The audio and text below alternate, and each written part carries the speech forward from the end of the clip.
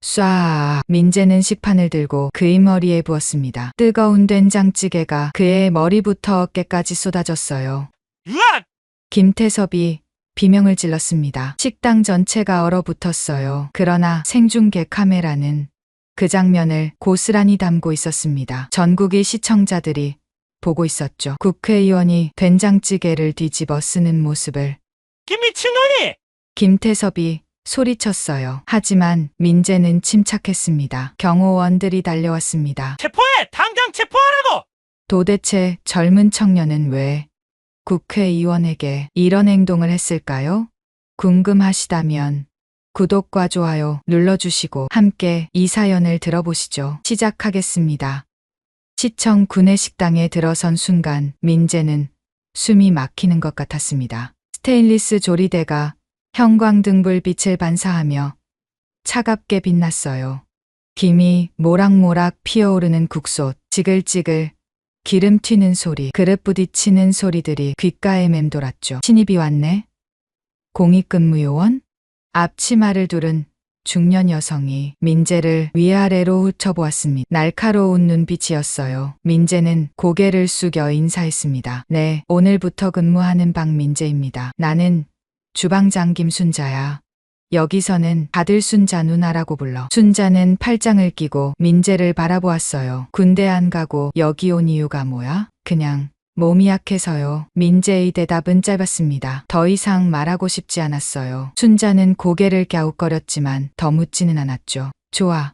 일단 오늘은 배식 도와줘. 점심시간 되면 공무원들이 우르르 몰려올 거야. 민재는 순자가 건네준 앞치마를 묶었습니다. 손이 미세하게 떨렸어요. 이곳에서 일하게 될 줄은 꿈에도 몰랐으니까요. 아니, 거짓말이었습니다. 민재는 이곳을 선택했어요. 다른 곳도 갈 수 있었지만 굳이 시청을 골랐죠. 이유는 단 하나였습니다. 점심시간이 되자 식당은 금세 북적거렸어요. 공무원들이 줄을 서서 식판을 받아갔습니다. 민재는 묵묵히 밥을 퍼 담았어요. 어머, 신입이네? 잘생겼다. 공익이래요. 요즘 젊은 애들은 다 군대 안 가려고 하나 봐. 그래도 일은 잘하네. 밥도 넉넉히 주고. 사람들의 수다가 귓가를 스쳤지만 민재는 대답하지 않았습니다. 그저 손만 움직였어요. 퍼내고 담고 건네고 기계처럼 반복했죠. 퇴근 시간이 되어서야 민재는 한숨을 내쉬었습니다. 온몸이 뻐근했어요. 첫날 치고는 잘했어. 순자가 어깨를 두드렸습니다. 말수가 적은 건 좋은데 너무 우울해 보여. 무슨 일 있어? 아니에요. 민재는 고개를 저었어요. 순자는 한참 민재를 바라보다가 돌아섰습니다. 그래, 천천히 적응해. 여기 일이 쉽지는 않을 거야. 민재는 앞치마를 벗으며 창밖을 바라보았어요. 석양이 시청 건물을 붉게 물들이고 있었죠. 저 건물 어딘가에 그 사람이 있을 것입니다. 김태섭 국회의원. 민재의 주먹이 저절로 쥐어졌어요. 집으로 돌아온 민재는 현관문을 열자마자 아버지 사진을 마주했습니다. 영정사진이었어요. 환하게 웃고 있는 아버지. 하지만 그 웃음이 이제는 가슴을 찢어놓았죠. 민재야, 왔니? 어머니가 부엌에서 나왔습니다. 예전보다 훨씬 늙어 보였어요. 주름이 깊어졌고 머리카락에는 흰 것이 많이 섞였죠. 밥 먹을래? 벌써 먹었어요. 그래도 조금 먹어. 된장찌개 끓였는데. 민재는 식탁에 앉았습니다. 어머니가 가져온 된장찌개를 보자 또 가슴이 아팠어요. 아버지가 제일 좋아하던 음식이었으니까요. 시청 일은 어때? 괜찮아요. 하지만 어머니에게 진실을 말할 수는 없었습니다. 식사 후 민재는 자기 방으로 들어갔어요. 책상 서랍을 열자 낡은 사진첩이 보였습니다. 사진을 한 장씩 넘겼어요. 아버지와 함께 찍은 사진들. 도시락 공장 앞에서 납품 차량 옆 복지관 봉사활동을 하면서 아버지는 늘 웃고 있었습니다. 가난한 사람도 따뜻한 밥 한 끼는 먹어야지. 그것이 아버지의 신념이었어요. 20년 동안 한결같았죠. 작은 도시락 공장이었지만 아버지는 자부심을 갖고 일했습니다. 새벽 4시에 일어나 재료를 손질하고 정성껏 반찬을 만들었어요. 민재야, 아빠가 만든 도시락 먹는 사람들이 얼마나 많은지 알아? 어린 시절 아버지는 자주 그런 말을 했었죠. 하루에 1000명은 넘을 거야. 그 사람들이 우리 도시락 먹고 힘내서 일한다고 생각하면 뿌듯하지 않니? 민재는 그때 고개를 끄덕였었습니다. 아버지가 자랑스러웠으니까요. 하지만 모든 게 바뀐 건 작년 봄이었습니다. 박 사장, 이제 그만할 때가 된 것 같은데? 김태섭이 공장에 나타난 날을 민재는 잊을 수 없었어요. 검은 양복을 입은 남자들을 대동하고 나타난 그는 거만하게 공장을 둘러보았죠. 20년이나 했으면 충분하지 않아? 이제 젊은 사람들에게 기회를 줘야지. 무슨 말씀이신지. 내 조카가 급식 사업을 시작했거든. 규모도 크고 시설도 최신식이야. 가격도 더 싸게 할 수 있고. 아버지의 얼굴이 굳어졌었습니다. 저희가 뭘 잘못했습니까? 20년 동안 단 한 번도 문제가 없었는데요. 문제가 없다고? 위생검사 결과 봤어. 시설이 너무 낡았어. 이런 곳에서 만든 도시락 우리 시민들이 먹는다고 생각하니 걱정되네. 거짓말이었어요. 우리 공장은 늘 깨끗했습니다. 아버지는 위생을 목숨처럼 여겼으니까요. 의원님, 저희는 정직하게 일해왔습니다. 가격도 최대한 낮춰서. 그게 문제야. 김태섭이 소리쳤어요. 너무 싸게 팔아서 시장 질서를 어지럽힌다고.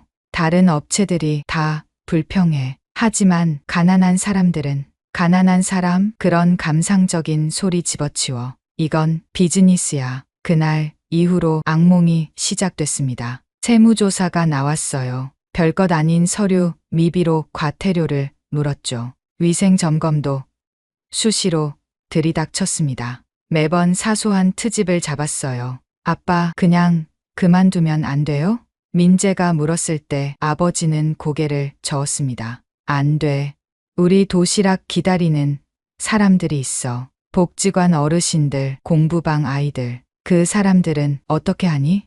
계약이 하나둘 취소되기 시작했어요. 관공서들이 먼저 등을 돌렸습니다. 이유도 설명하지 않았죠. 복지시설들도 마찬가지였어요. 죄송합니다. 박 사장님. 위에서 압력이. 다들 미안하다고만 했습니다. 하지만 아무도 도와주지 않았어요. 매출이 반토막 났습니다. 직원들을 내보내야 했어요. 결국 아버지와 어머니 그리고 민재만 남았죠. 괜찮아. 다시 시작하면 돼. 아버지는 끝까지 희망을 버리지 않았어요. 새벽부터 밤늦게까지 일했습니다. 하지만 빚은 늘어만 갔죠. 그러던 어느 날 밤이었습니다. 여보, 가슴이 아파. 아버지가 쓰러졌어요. 119를 불렀지만 이미 늦었습니다. 심장마비였어요. 스트레스성, 급성, 심근경색. 의사는 그렇게 말했죠. 아버지, 민재는 울부짖었습니다. 하지만 아버지는 대답하지 않았어요. 차가운 시신만 남았을 뿐이었죠. 장례식장에 김태섭이 나타났을 때 민재는 주먹을 꽉 쥐었습니다. 안타깝네. 좋은 사람이었는데. 그가 어머니에게 건넨 조의금 봉투. 민재는 그것을 빼앗아 찢어버리고 싶었어요. 받지 마세요, 어머니. 하지만 어머니는 고개를 숙인 채 받았습니다. 감사합니다. 그 모습을 보며 민재의 가슴 속에서 무언가가 부서졌어요. 분노였을까요? 슬픔이었을까요? 아니면 무력감이었을까요? 김태섭이 가고 난 후 민재는 혼자 남았습니다. 아버지의 영정 앞에 앉아 중얼거렸어요. 복수할게요, 아버지. 그것이 민재가 한 약속이었습니다. 그리고 지금 민재는 시청 구내식당에서 일하고 있었어요. 김태섭이 자주 오는 곳, 언젠가는 만날 것입니다. 그때를 위해 민재는 기다렸어요. 방 안은 어두웠습니다. 민재는 사진첩을 덮고 침대에 누웠어요. 아버지, 조금만 기다려 주세요. 마음속으로 되뇌었습니다. 제가 꼭 그 사람을 벌하고 말 거예요. 창밖으로 달빛이 들어왔어요. 차갑고 쓸쓸한 빛이었죠. 민재는 눈을 감았습니다. 내일도 구내식당에 가야 합니다. 묵묵히 일하며 기다려야 해요. 그날이 올 때까지 석 달이 흘렀습니다. 민재는 이제 구내식당의 일원이 되어 있었어요. 새벽 6시면 어김없이 출근해서 재료를 손질하고 점심 배식을 도왔죠. 민재야, 감자 좀 더 썰어줄래? 순자가 부르면 민재는 묵묵히 일했습니다. 말은 여전히 적었지만 손은 누구보다 부지런했어요. 저 친구 참 성실해. 그러게, 요즘 젊은 애들 중에 저런 애가 있나. 주방 아주머니들의 칭찬이 들려왔지만 민재는 듣지 못한 척했어요. 아니, 들어도 마음에 와닿지 않았죠. 민재의 마음속에는 오직 하나만 있었으니까요. 기다림. 언제 그가 올지 모르는 기다림이었습니다. 그러던 어느 날이었어요. 어머, 이게 뭐야? 점심시간 한 직원이 휴대폰을 보며 소리쳤습니다. 시민과의 대화 행사를 한대. 여기 구내식당에서 민재의 손이 멈췄어요. 국자를 든 채로 굳어버렸죠. 정말 누가 와? 김태섭 의원이래. 우리 지역구 국회의원이잖아. 쨍그랑. 민재가 들고 있던 국자가 바닥에 떨어졌습니다. 어머, 민재 괜찮아? 순자가 놀라서 달려왔어요. 하지만 민재는 아무 말도 하지 못했습니다. 심장이 미친 듯이 뛰었어요. 드디어 왔구나. 기다리던 순간이. 미안해요. 손이 미끄러졌어요. 민재는 떨어진 국자를 주었습니다. 손이 떨렸지만 티 내지 않으려 애썼어요. 무슨 행사예요? 옆에 있던 우진이가 설명했습니다. 국회의원이 시민들하고 밥 먹으면서 소통하는 거래. 유튜브로 생중계도 한다네. 서민적인 이미지 만들려고 그러는 거지 뭐. 다른 직원이 비웃었어요. 선거 때만 되면 다들 서민인 척하잖아. 민재는 주먹을 꽉 쥐었습니다. 그래, 그 위선자가 여기 온다. 카메라 앞에서 연기하러 온다. 언제예요? 다음 주 화요일이래. 일주일 남았네. 일주일. 민재는 그 시간을 머릿속에 새겼어요. 그날부터 민재는 이상해졌습니다. 밥을 제대로 먹지 못했어요. 잠도 설쳤죠. 일하다가도 멍하니 허공을 바라봤습니다. 민재야, 너 요즘 왜 그래? 우진이가 걱정스럽게 물었어요. 민재와 나이가 비슷한 우진이는 유일하게 민재에게 말을 거는 사람이었죠. 아무것도 아니에요. 거짓말하지 마. 완전 초췌해졌잖아. 우진이는 민재의 어깨를 잡았어요. 무슨 일 있으면 말해. 우리 친구잖아. 친구. 그 말에 민재는 잠시 마음이 흔들렸어요. 하지만 고개를 저었습니다. 정말 괜찮아요. 우진이는 한숨을 쉬었어요. 알았어. 하지만 힘들면 꼭 말해. 민재는 우진이를 바라봤습니다. 착한 친구였어요. 그래서 더 말할 수 없었죠. 행사 준비가 시작됐습니다. 식당 곳곳에 현수막이 걸렸어요. 시민과 함께하는 따뜻한 한 끼라는 문구가 새하얗게 빛났죠. 특별 메뉴를 준비하래. 순자가 회의를 열었어요. 된장찌개, 불고기, 잡채, 김치전, 한식 위주로 하자. 민재는 가만히 듣고만 있었습니다. 된장찌개, 또 된장찌개였어요. 민재야, 너는 당일에 된장찌개 담당해. 순자의 말에 민재는 고개를 들었어요. 예, 내가 된장찌개를 제일 잘 끓이잖아. 늘 정성스럽게 하더라. 맞았어요. 민재는 된장찌개를 끓일 때마다 아버지를 생각했습니다. 그래서 더 정성을 들였죠. 하지만 그 된장찌개를 김태섭이 먹는다고 생각하니 알겠습니다. 민재는 대답했어요. 운명의 장난 같았습니다. 행사 이틀 전 리허설이 있었어요. 여기가 의원님 자리고요. 주변에 시민분들이 앉으실 겁니다. 시청 직원이 설명했습니다. 카메라는 여기, 그리고 저기 설치됩니다. 생중계니까 실수하면 안 돼요. 민재는 카메라 위치를 눈에 담았어요. 어디서 무엇을 해야 할지 계산했습니다. 그날 밤 민재는 집에 돌아와 방문을 잠갔어요. 그리고 아버지 사진을 꺼냈습니다. 아버지 목소리가 떨렸어요. 드디어 때가 왔어요. 사진 속 아버지는 여전히 웃고 있었습니다. 그 미소가 오늘따라 슬퍼 보였어요. 하지만 저 무서워요. 민재의 고백이었습니다. 복수한다고 다짐했는데 막상 그때가 되니까 무서워요. 눈물이 흘렀어요. 뜨겁고 짠 눈물이었습니다. 어떻게 해야 할지 모르겠어요. 그 인간 얼굴을 보면 미칠 것 같은데 참을 수 있을까요? 민재는 주먹으로 눈물을 닦았어요. 그래도 해야겠죠?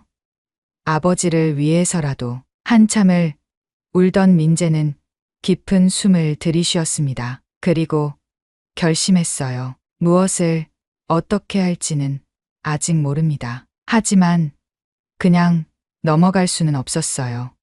절대로. 행사 전날이 됐습니다. 식당은 분주했어요. 재료를 준비하고 그릇을 닦고 테이블을 정리했죠. 내일 실수하면 큰일 난다. 순자가 소리쳤어요. 전국에서 보는데 망신당하면 어떡해. 모두가 긴장했습니다. 하지만 민재만큼 긴장한 사람은 없었어요. 민재야, 괜찮아? 우진이가 또 물었습니다. 얼굴이 하얗게 질렸어. 그냥 긴장돼서요. 나도 긴장되긴 해. 카메라 앞에 서는 거 처음이잖아. 우진이는 웃으며 민재의 등을 두드렸어요. 힘내자. 우리가 최고야. 민재는 억지로 미소 지었습니다. 하지만 가슴속은 태풍이 몰아치고 있었어요. 퇴근 시간, 민재는 식당에 남았습니다. 먼저 가. 나 정리할 게 있어서 도와줄까? 아니야. 혼자 할게. 우진이가 가고 난 후 민재는 주방을 둘러봤어요. 칼이 있었습니다. 뜨거운 기름도 있었고요. 무거운 냄비도 있었죠. 무엇이든 무기가 될 수 있었어요. 하지만 민재는 고개를 저었습니다. 그럴 수는 없었어요. 그렇게 하면 자신도 범죄자가 되고 맙니다. 어머니는 어떻게 하죠?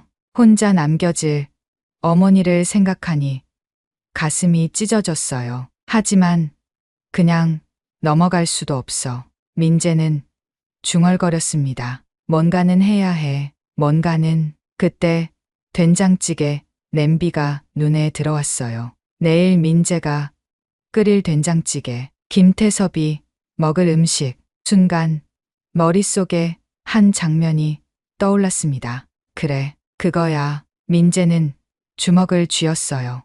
완벽하지는 않지만 그것이 민재가 할 수 있는 최선이었습니다. 집으로 돌아온 민재는 다시 아버지 사진 앞에 섰어요. 아버지, 저 내일. 말이 끝까지 나오지 않았습니다. 하지만 결심은 굳어졌어요. 지켜봐 주세요. 그것이 민재의 마지막 인사였습니다. 그날 밤 민재는 한숨도 자지 못했어요. 천장을 바라보며 내일을 기다렸습니다. 두렵고 떨리고 분노로 가득한 기다림이었죠. 새벽이 되자 민재는 일어났어요. 거울을 봤습니다. 창백한 얼굴, 충혈된 눈. 하지만 눈빛만은 살아있었어요. 오늘이야. 민재는 중얼거렸습니다. 드디어 오늘이야. 아침 햇살이 창문으로 들어왔어요. 운명의 날이 밝았습니다. 아침 7시. 시청 구내식당은 전쟁터 같았어요. 테이블 정리 다시 해. 수저 위치가 삐뚤어졌잖아. 순자의 목소리가 울려 퍼졌습니다. 모두가 정신없이 움직였어요. 카메라 스태프들이 장비를 설치하고 시청 직원들이 이리저리 뛰어다녔죠. 민재는 주방 한 구석에서 된장찌개를 준비했습니다. 손은 움직이고 있었지만 머릿속은 텅 비어 있었어요. 아니, 너무 많은 생각들로 가득 차서 오히려 아무 생각도 할 수 없었던 거죠. 민재야, 우진이가 달려왔어요. 밖에 검은 차들이 줄지어 왔어. 아마 의원님 일행인가 봐. 순간 민재의 손이 멈췄습니다. 왔구나. 드디어. 심장이 쿵쿵 뛰기 시작했어요. 손바닥에 땀이 배었죠. 자, 모두 위치로. 순자가 외쳤습니다. 실수하는 사람은 가만 안 둬. 주방 직원들이 제자리를 찾아갔어요. 민재도 된장찌개 냄비 앞에 섰습니다. 곧 문이 열렸어요. 어서 오십시오, 의원님. 시청 간부들의 인사 소리가 들렸습니다. 그리고 그가 들어왔어요. 김태섭, 깔끔한 정장에 번들거리는 구두. 하지만 얼굴에는 서민적인 미소를 띠고 있었죠. 위선자. 민재는 이를 악물었어요. 아, 여기가 우리 시민들이 이용하는 구내식당이군요. 김태섭의 목소리는 카메라를 의식한 듯 크고 다정했습니다. 매일 이렇게 정성스러운 음식을 먹을 수 있다니 정말 좋네요. 거짓말쟁이. 민재의 주먹이 떨렸어요. 자, 그럼 시민 여러분과 함께 식사를 하겠습니다. 미리 섭외된 시민들이 들어왔어요. 노인, 주부, 직장인 등 다양한 사람들이었죠. 카메라가 돌기 시작했습니다. 빨간 불빛이 켜졌어요. 생중계가 시작된 거죠. 오늘 메뉴가 뭔가요? 김태섭이 물었습니다. 된장찌개와 불고기, 그리고 제철 나물입니다. 시청 직원이 대답했어요. 와, 정말 맛있겠네요. 된장찌개는 한국인의 소울푸드죠. 김태섭이 카메라를 향해 웃었습니다. 소울푸드라고? 민재는 속으로 비웃었어요. 당신이 싸구려라고 부르던 그 음식을 이제 와서 소울푸드라고요? 배식이 시작됐습니다. 민재는 떨리는 손으로 된장찌개를 퍼 담았어요. 한 그릇, 두 그릇, 세 그릇. 그리고 드디어 김태섭의 차례가 왔습니다. 김태섭이 민재를 보는 순간 그의 눈이 번뜩였어요. 알아봤구나. 민재도 김태섭을 똑바로 봤습니다. 둘의 시선이 공중에서 부딪혔어요. 침묵이 흘렀습니다. 하지만 곧 김태섭은 아무렇지 않은 듯 미소를 지었어요. 고맙습니다, 젊은이. 그리고 지나갔죠. 민재는 그의 뒷모습을 노려봤어요. 아직이야. 아직은 때가 아니에요. 김태섭이 자리에 앉았습니다. 카메라는 그가 시민들과 대화하는 모습을 찍었어요. 이야, 정말 맛있네요. 김태섭이 된장찌개를 한 숟가락 떠서 맛봤습니다. 어머니가 끓여주신 된장찌개 생각이 나네요. 주변 사람들이 웃었어요. 의원님도 서민 음식 좋아하시는군요. 당연하죠. 저도 평범한 시민입니다. 화기애애한 분위기였습니다. 하지만 민재는 알고 있었어요. 저것이 전부 쇼라는 것을. 시간이 흘렀습니다. 식사가 거의 끝나갈 무렵이었어요. 잠시 화장실 좀. 김태섭이 일어났습니다. 카메라는 다른 시민들을 찍고 있었어요. 김태섭이 주방 쪽으로 걸어왔습니다. 그리고 민재 앞에 멈춰 섰어요. 박민재, 낮은 목소리였습니다. 아까와는 완전히 달랐어요. 오랜만이네. 민재는 대답하지 않았습니다. 그저 노려볼 뿐이었어요. 여기서 일하고 있었구나. 아버지 따라서 음식이나 만들고. 김태섭이 비웃었어요. 그나저나 참 불쌍하지. 아버지가 고집만 안 부렸으면. 아, 맞다. 경고하는데. 김태섭이 민재에게 얼굴을 가까이 가져왔어요. 아버지, 따라가고 싶지 않으면 조용히 있어. 알겠나? 위협이었습니다. 노골적인 위협이었어요.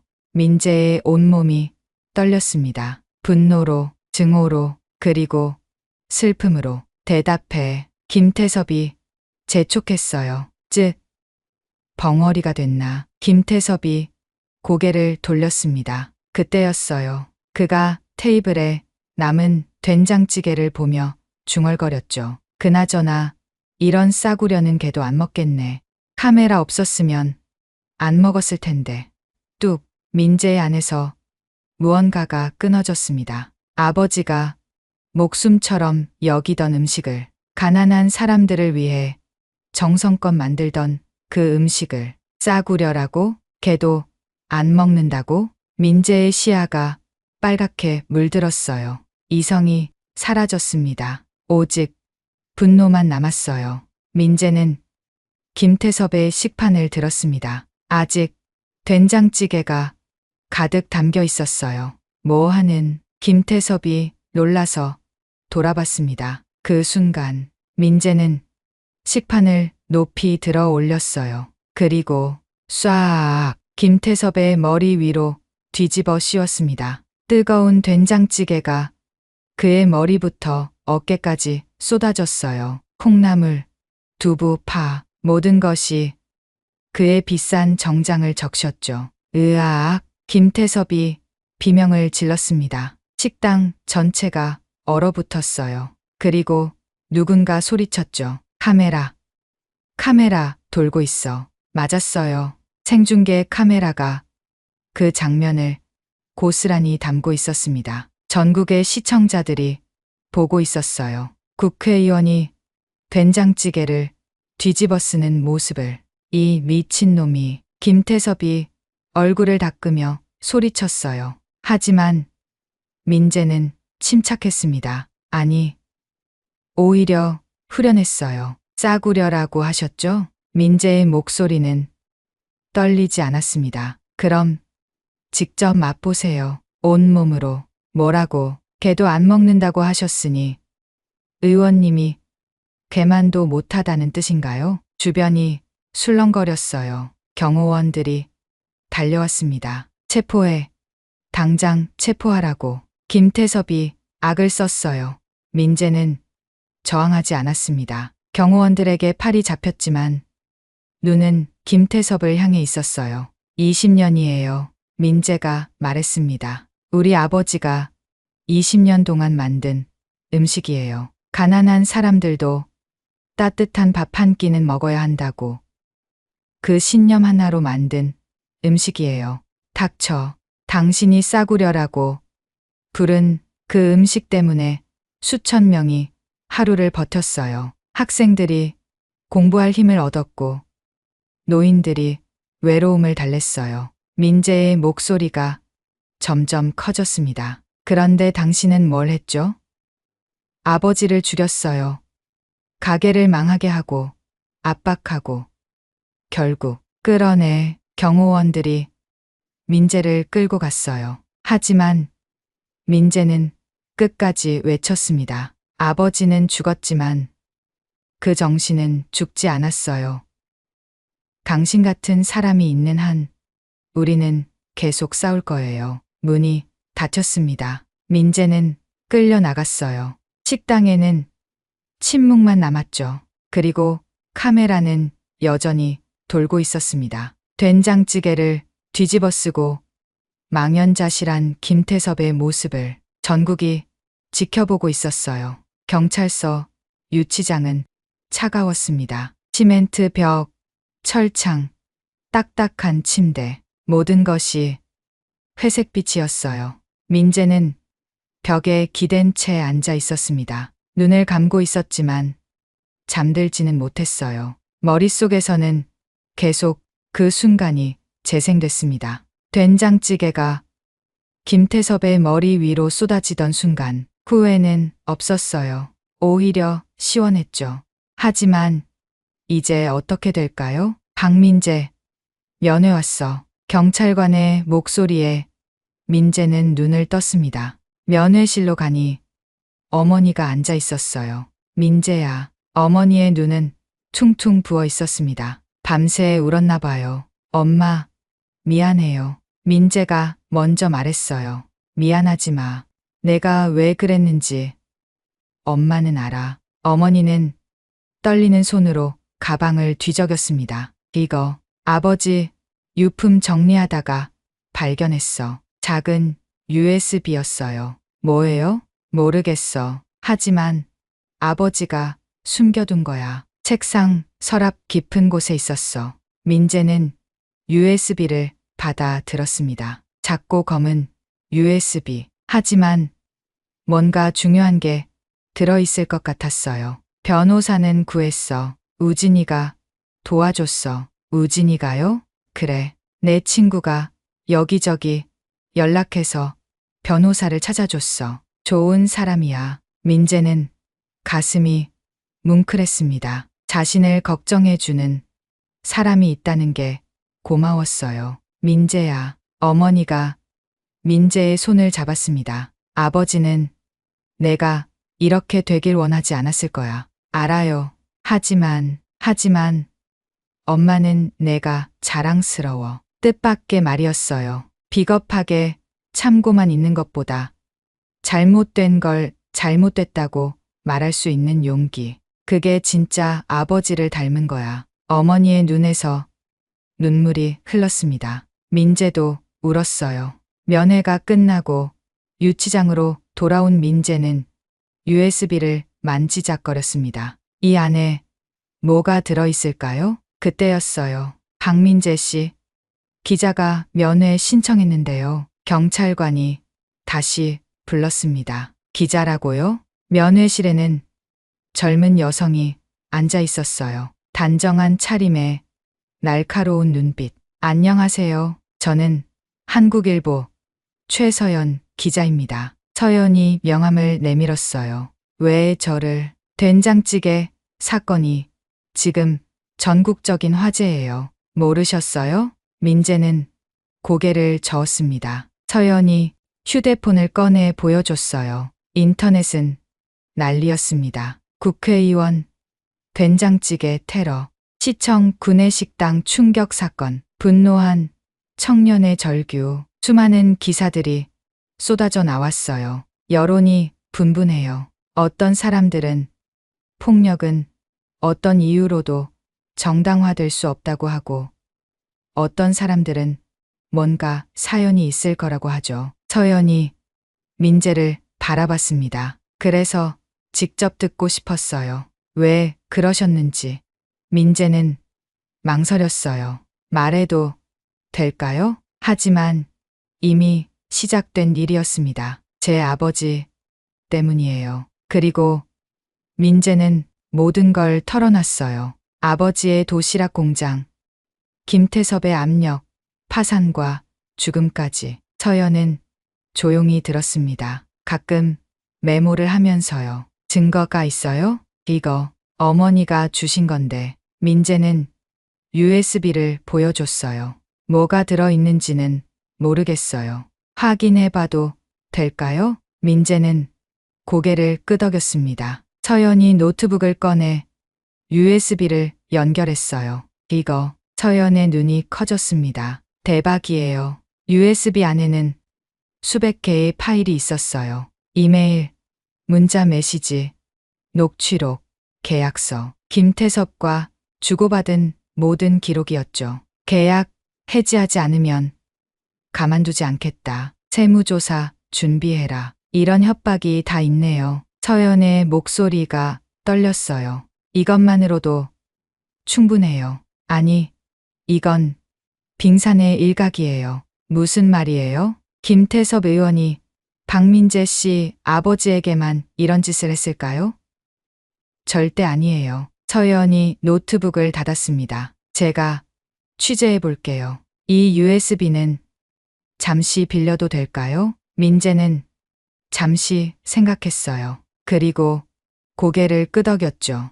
예.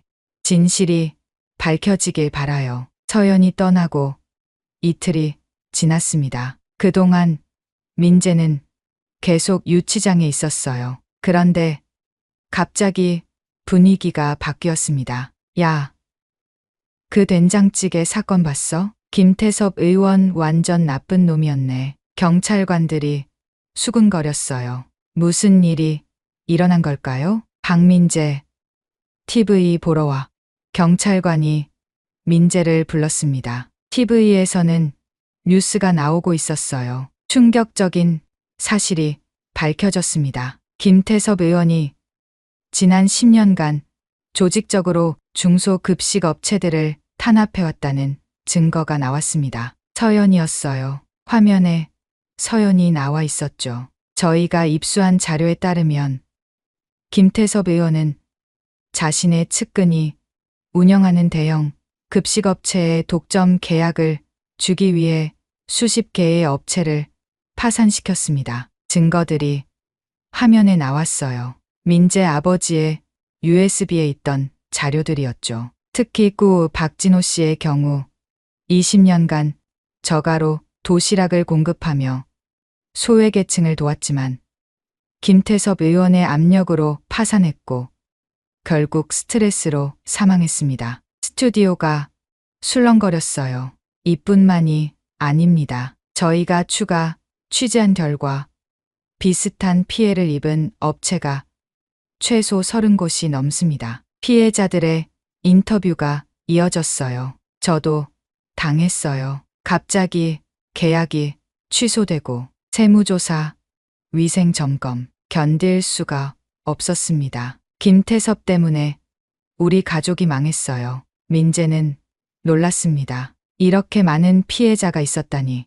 아버지만 당한 게 아니었어요. 현재 검찰은 수사에 착수했으며 김태섭 의원 사무실을 압수수색했습니다. 화면이 바뀌었어요. 검찰이 김태섭의 사무실에서 상자를 나르는 모습이 보였죠. 김태섭 의원은 현재 연락이 두절된 상태입니다. 민재는 주먹을 쥐었어요. 드디어 진실이 밝혀지고 있었습니다. 그날 밤 변호사가 찾아왔어요. 좋은 소식이 있어요. 검찰이 김태섭을 정식 수사하면서 당신의 사건도 재조명되고 있어요. 그게 무슨 정당한 분노였다는 여론이 커지고 있어요. 청와대, 국민청원에도 올라왔고요. 변호사는 서류를 보여줬어요. 민재의 된장찌개는 정의의 된장찌개다. 이런 댓글들이 수만 개예요. 민재는 믿기지 않았습니다. 자신을 지지하는 사람들이 이렇게 많다니 곧 나갈 수 있을 거예요. 조금만 더 참아요. 일주일 후 김태섭이 구속됐습니다. 뇌물수수, 직권남용, 공갈협박, 죄목이 한두 개가 아니었어요. 그리고 민재도 석방됐습니다. 유치장을 나오니 많은 사람들이 기다리고 있었어요. 민재 씨, 한 말씀만. 어떤 기분이세요? 기자들이 몰려들었습니다. 하지만 민재의 눈에는 한 사람만 보였어요. 어머니, 엄마, 우리 아들. 어머니가 민재를 꼭 안았습니다. 따뜻했어요. 그리고 그 옆에는 우진이도 있었죠. 야, 이 영웅아. 우진이가 웃으며 어깨를 두드렸어요. 걱정 많이 했어. 고마워. 민재는 진심으로 말했습니다. 집으로 가는 길, 민재는 하늘을 봤어요. 맑고 푸른 하늘이었습니다. 아버지, 보고 계세요? 마음속으로 물었어요. 이제 시작이에요. 아버지가 못다 이룬 꿈, 제가 이어갈게요. 바람이 불었습니다. 따뜻한 봄바람이었어요. 법정은 숨막히게 조용했습니다. 민재는 피고인석에 앉아 있었어요. 손은 무릎 위에 가지런히 놓여 있었지만 미세하게 떨리고 있었죠. 피고인 박민재, 판사의 목소리가 울려 퍼졌습니다. 징역 6개월에 집행유예 2년을 선고합니다. 순간 민재의 어깨에서 무거운 짐이 내려간 것 같았어요. 집행유예, 감옥에 가지 않아도 된다는 뜻이었죠. 피고인의 행위는 분명 폭력이었습니다. 하지만 판사가 잠시 멈췄어요. 아버지의 죽음과 그 배경, 그리고 피해자 김태섭의 조직적인 비리를 고려할 때 정상 참작의 여지가 충분합니다. 법정 뒤편에서 훌쩍이는 소리가 들렸어요. 어머니였죠. 반대편에서는 또 다른 재판이 진행되고 있었습니다. 피고인 김태섭, 한때 거만했던 국회의원은 이제 초라한 죄수복을 입고 있었어요. 징역 7년을 선고합니다. 김태섭의 얼굴이 하얗게 질렸습니다. 뇌물수수, 직권남용, 업무방해, 죄질이 매우 나쁩니다. 특히 서민들의 생계를 위협한 점은 용서받기 어렵습니다. 민재는 김태섭을 바라봤어요. 한때는 증오로 가득했던 그 시선이 이제는 담담했습니다. 복수는 끝났어요. 하지만 민재의 이야기는 이제 시작이었죠. 달 후, 여기가 괜찮을 것 같은데? 우진이가 빈 건물을 가리켰어요. 넓고 깨끗하고 무엇보다 싸잖아. 민재는 건물을 둘러봤습니다. 작은 공장이었어요. 아버지의 공장보다는 컸지만 그래도 소박했죠. 여기로 하자. 민재가 결정했어요. 따뜻한 한 끼. 그것이 민재가 만든 사회적 기업의 이름이었습니다. 정말 할 거야? 어머니가 걱정스럽게 물었어요. 아버지처럼 힘들 텐데. 그래도 해야죠. 민재의 눈빛은 확고했습니다. 아버지가 못다 이룬 꿈이잖아요. 처음엔 어려웠어요. 자본도 부족했고 경험도 없었죠. 하지만 놀라운 일이 일어났습니다. 저희도 돕고 싶어요. 김태섭에게 피해를 입었던 업체 사장들이 찾아왔어요. 우리도 당했잖아요. 이제는 함께 싸워요. 혼자가 아니에요. 민재 씨. 하나둘 모이기 시작했습니다. 어떤 사람은 돈을 보탰고 어떤 사람은 기술을 나눴어요. 이 레시피는 30년 노하우예요. 써보세요. 우리 거래처 소개해 드릴게요. 작은 연대가 큰 힘이 되었죠. 첫 도시락이 만들어진 날, 민재는 뜨거운 밥을 담으며 눈물을 흘렸어요. 아버지 생각이 났으니까요. 민재야, 울지 마. 순자가 나타났습니다. 시청 구내식당을 그만두고 민재를 도우러 온 거예요. 아저씨가 하늘에서 보고 있을 거야. 자랑스러워 하실 거야. 첫 배달은 동네 복지관이었어요. 어머, 진짜 도시락이 왔네요. 할머니들이 반가워했습니다. 따뜻해요. 정말 따뜻해요. 그 말에 민재는 가슴이 뭉클했어요. 따뜻함. 그것이 아버지가 전하고 싶었던 거였죠. 사업은 조금씩 커졌습니다. 입소문이 났어요. 맛도 좋고 가격도 싸대. 무엇보다 정직한 사람들이 만든데 주문이 늘어났죠. 복지관, 공부방, 경로당, 무료급식소. 도움이 필요한 곳이라면 어디든 갔어요. 1년이 지났습니다. 민재 씨, 우리 이제 직원이 50명이에요. 우진이가 신나서 보고했어요. 우진이는 따뜻한 한 끼의 운영팀장이 되어 있었죠. 전국 30개 지역에 납품하고 있고요. 놀라운 성장이었습니다. 하지만 민재는 여전히 겸손했어요. 아직 멀었어요. 더 많은 사람들이 따뜻한 밥을 먹을 수 있게 해야죠. 그러던 어느 날, 대표님, 큰일 났어요. 직원이 뛰어 들어왔습니다. 정부에서 사회적 기업 지원 사업을 한대요. 우리가 선정됐어요. 모두가 환호했어요. 정부 지원금과 함께 더 큰 공장으로 이사할 수 있게 된 거죠. 이제 하루 1만 명은 먹일 수 있겠네요. 순자가 감격했습니다. 민재는 조용히 미소 지었어요. 1만 명. 아버지가 꿈꾸던 숫자였죠.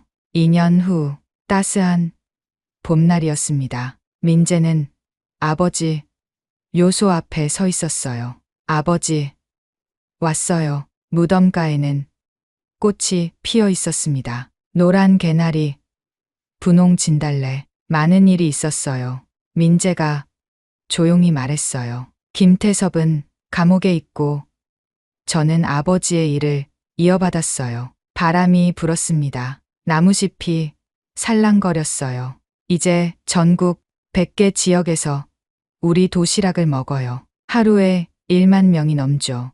민재는 준비해온 도시락을 꺼냈어요. 따뜻한 밥, 된장찌개, 정성껏 만든 반찬들. 아버지가 좋아하시던 거예요. 묘소 앞에 도시락을 놓았습니다. 맛있게 드세요. 그때 발소리가 들렸어요. 민재야, 어머니였습니다. 그리고 그 뒤에는 많은 사람들이 있었어요. 직원들, 피해 업체 사장들, 도시락을 먹는 할머니, 할아버지들. 우리도 인사드리러 왔어요. 고맙습니다.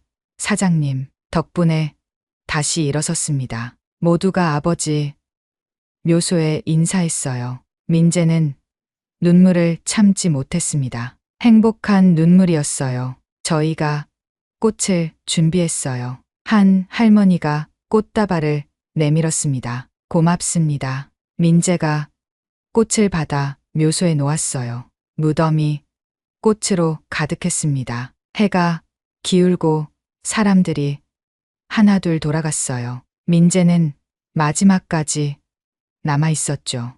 아버지, 작은 목소리로 불렀습니다. 이제 알 것 같아요. 무엇을 알게 됐을까요? 복수가 답이 아니었어요. 증오로는 아무것도 바꿀 수 없었죠. 민재는 하늘을 봤어요. 석양이 아름답게 물들어 있었습니다. 대신 사랑으로, 정의로 세상을 바꿀 수 있다는 걸 배웠어요. 그것이 아버지가 평생 보여준 길이었죠. 앞으로도 그 길을 걸을게요. 아버지처럼. 민재는 고개를 숙여 인사했습니다. 그리고 돌아섰어요. 내일도 새벽 일찍 일어나야 합니다. 따뜻한 도시락을 만들어야 하니까요. 기다리는 사람들이 있으니까요. 집으로 가는 길, 민재는 생각했습니다. 이것이 진짜 복수일지도 몰라요. 악을 선으로 갚는 것, 미움을 사랑으로 바꾸는 것. 그것이 가장 아름다운 복수가 아닐까요? 멀리서 공장 굴뚝이 보였어요. 연기가 피어오르고 있었습니다. 내일 아침 먹을 도시락을 준비하는 연기였죠. 민재는 미소 지었어요. 그리고 발걸음을 재촉했습니다. 집에서 어머니가 기다리고 있을 테니까요. 따뜻한 저녁밥이 기다리고 있을 테니까요. 그날 밤 민재는 일기를 썼어요. 오늘도 감사한 하루였습니다. 아버지, 이제는 당당하게 아버지의 길을 걷고 있어요. 복수가 아닌 정의로, 증오가 아닌 사랑으로 세상을 바꾸고 있습니다. 펜을 놓고 민재는 창밖을 봤어요. 별이 빛나고 있었습니다. 아버지가 지켜보고 있는 것 같았어요. 잘 자요, 아버지. 민재는 속삭였습니다. 그리고 불을 끄고 잠자리에 들었어요. 내일은 또 바쁜 하루가 될 것입니다. 하지만 행복한 하루가 될 거예요. 따뜻한 한 끼를 전하는 하루가 될 테니까요. 이야기가 즐거우셨나요? 그렇다면 구독과 좋아요 부탁드립니다. 영상 제작에 큰 격려가 됩니다. 다음에 더 좋은 사연으로 찾아뵙겠습니다. 감사합니다. 백두야, 뭐 하는 거야? 그만해! 백두가 무덤을 앞발로 파헤치기 시작했습니다. 민재가 놀라서 백두를 날렸지만 백두는 멈추지 않았어요. 오히려 더 필사적으로 땅을 팠습니다. 날카로운 소리와 함께 흙이 사방으로 튀었어요. 형! 백두 완전히 미친 것 같아! 민수가 달려와서 백두를 잡으려 했지만 백두는 있는 힘을 다해 저항했습니다.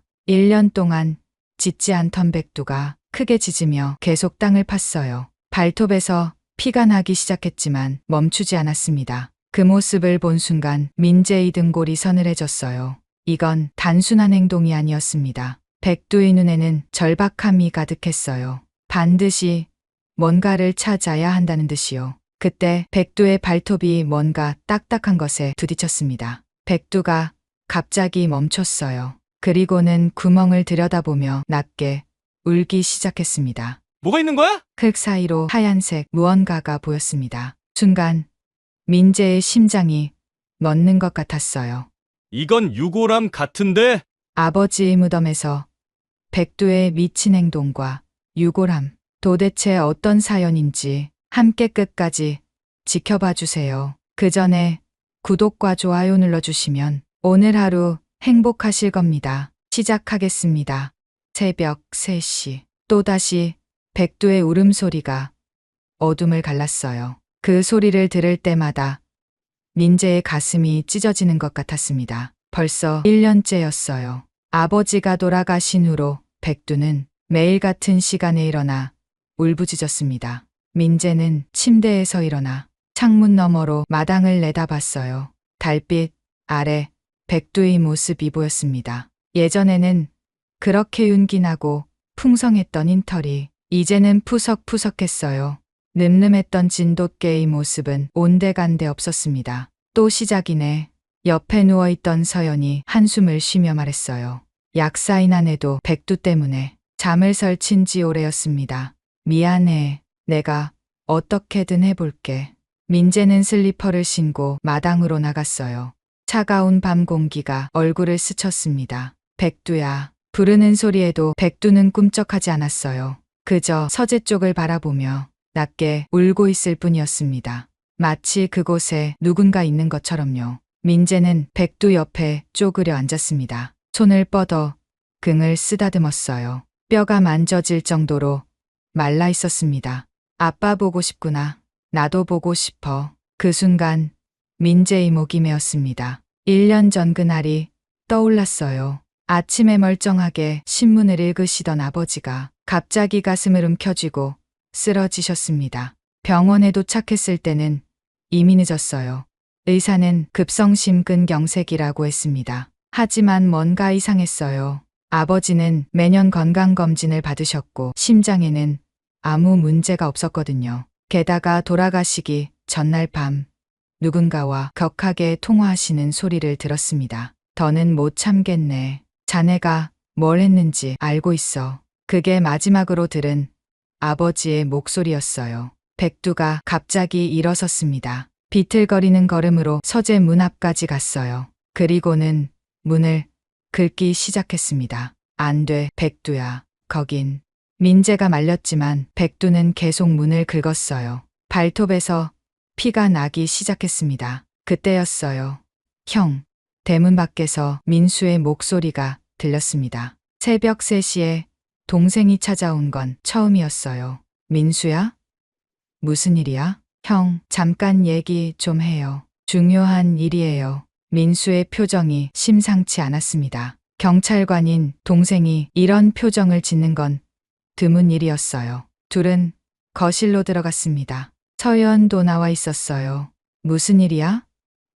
이 시간에 민수는 잠시 망설이다가 입을 열었어요. 형, 아버지 돌아가신 거 뭔가 이상해요. 민재의 심장이 쿵 내려앉았습니다. 무슨 소리야? 오늘 선배한테 들었는데 아버지가 검사 시절에 맡았던 사건이 있대요. 20년 전 여고생 실종 사건인데 민수는 목소리를 낮췄어요. 그 사건 용의자가 지금 대기업 회장이에요. 강동식이라고. 강동식? 그 이름은 민재도 알고 있었어요. 뉴스에 자주 나오는 재벌 회장이었거든요. 근데 그게 아버지랑 무슨 상관이야? 아버지가 돌아가시기 전에 그 사건 파일을 다시 꺼내 보셨대요. 그리고 민수가 숨을 깊게 들이쉬었어요. 강동식 회장이 아버지를 만났다는 목격자가 있어요. 돌아가시기 이틀 전에 민재는 아무 말도 할 수 없었습니다. 머릿속이 하얘졌어요. 그때 백두가 또다시 울기 시작했습니다. 이번에는 더 크고 슬프게 마치 무언가를 알리려는 것처럼요. 다음 날 아침 민재는 동물병원으로 출근했습니다. 하지만 집중할 수가 없었어요. 자꾸만 민수의 말이 떠올랐거든요. 원장님, 괜찮으세요? 간호사가 걱정스럽게 물었어요. 아, 네, 괜찮아요. 하지만 괜찮지 않았습니다. 12년 동안 수의사로 일하면서 수많은 동물을 치료했어요. 하지만 정작 자신에게는 돌보지 못하고 있었습니다. 게다가 이제는 아버지의 죽음마저 의심스러워졌어요. 점심시간 민재는 집으로 돌아왔습니다. 백두가 걱정됐거든요. 백두야, 여전히 마당 구석에 웅크리고 있었어요. 밥그릇은 그대로였습니다. 민재는 백두 앞에 무릎을 꿇었어요. 제발 좀 먹어. 이러다 정말 죽겠어. 그때 백두가 고개를 들었습니다. 그 눈을 본 순간 민재의 가슴이 철렁했어요. 백두의 눈에는 깊은 슬픔과 함께 무언가를 간절히 호소하는 빛이 있었거든요. 마치 나는 알고 있어요. 하지만 말할 수가 없어요 라고 말하는 것 같았습니다. 민재는 그제야 깨달았어요. 백두가 단순히 아버지를 그리워하는 게 아니라는 것을요. 무언가 중요한 걸 알고 있다는 것을요. 뭘 알고 있는 거니, 백두야? 백두는 다시 서재 쪽을 바라봤어요. 민재는 일어섰습니다. 그리고 천천히 서재로 향했어요.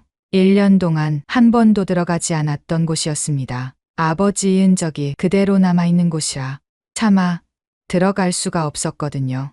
문고리를 잡는 손이 떨렸어요. 문을 열자 먼지 냄새와 함께 아버지의 향수 냄새가 났습니다. 가슴이 먹먹해졌어요. 서재는 그대로였습니다. 책상 위의 안경, 펼쳐진 법전, 만년필까지. 백두가 따라 들어왔어요. 그리고는 책장 한쪽으로 다가갔습니다. 뭐가 있니? 백두는 계속 책장 아래쪽을 킁킁거렸어요. 민재는 무릎을 꿇고 책장 아래를 살펴봤습니다. 그때 이상한 걸 발견했어요. 책장 뒤쪽 벽에 작은 틈이 있었거든요. 손을 넣어 더듬어 보니 뭔가 딱딱한 게 만져졌습니다. 조심스럽게 꺼내봤어요. 낡은 파일철이었습니다. 표지에는 2003년 이은비 실종 사건이라고 적혀 있었어요. 민재의 손이 떨렸습니다. 파일을 열자 사진 한 장이 떨어졌어요. 교복을 입은 여학생의 사진이었습니다. 환하게 웃고 있는 모습이 너무나 해맑았어요. 그 아래에는 아버지의 메모가 있었습니다. 미안하다. 정말 미안하다. 내가 비겁했다. 순간 민재의 눈앞이 흐려졌습니다. 그때 전화벨이 울렸습니다. 서연이었어요. 여보, 정수가 주머니 기억나? 아버님 간병하셨던 분. 왜? 방금 전화가 왔는데 우리 집에 오고 싶다고 하시네. 할 말이 있으시다고. 민재는 파일을 보며 말했어요. 그래, 오시라고 해. 뭔가 퍼즐 조각이 맞춰지기 시작하는 것 같았습니다. 백두가 왜 매일 새벽 3시에 울었는지, 왜 서재 앞에 서서 성였는지, 그리고 아버지가 왜 그렇게 갑작스럽게 돌아가셨는지 모든 답이 이 파일 안에 있을 것 같았어요. 민재는 백두를 바라봤습니다. 너는 처음부터 알고 있었구나. 백두는 꼬리를 살짝 흔들었어요. 1년 만에 처음이었습니다. 민재는 거울 앞에서 검은 넥타이를 메고 있었어요. 손이 자꾸 떨려서 매듭이 잘 안 지어졌습니다. 여보, 준비됐어? 서연이 검은 한복을 입고 들어왔습니다. 그녀의 눈도 벌써 붉어져 있었어요. 응, 거의 다 됐어. 민재가 돌아서는 순간 밖에서 이상한 소리가 들렸습니다. 왕왕, 백두였어요. 1년 만에 처음으로 짖는 소리였습니다. 둘은 급히 밖으로 나갔어요. 백두가 대문 앞에서 꼬리를 흔들며 서 있었습니다. 믿을 수 없는 광경이었어요. 백두가 꼬리를 흔들어? 서연이 목소리에 놀라움이 가득했습니다. 더 놀라운 건 백두가 차 쪽으로 걸어가고 있다는 거였어요. 비틀거리긴 했지만 스스로 움직이고 있었습니다. 백두야, 너 알고 있는 거야? 오늘이 무슨 날인지 민재가 물었지만 백두는 그저 차 문 앞에서 기다리고 있을 뿐이었어요. 그때 민수가 도착했습니다. 형, 백두가 밖에 나와 있네? 그러게, 아까부터 이상해. 민수도 놀란 표정을 감추지 못했어요.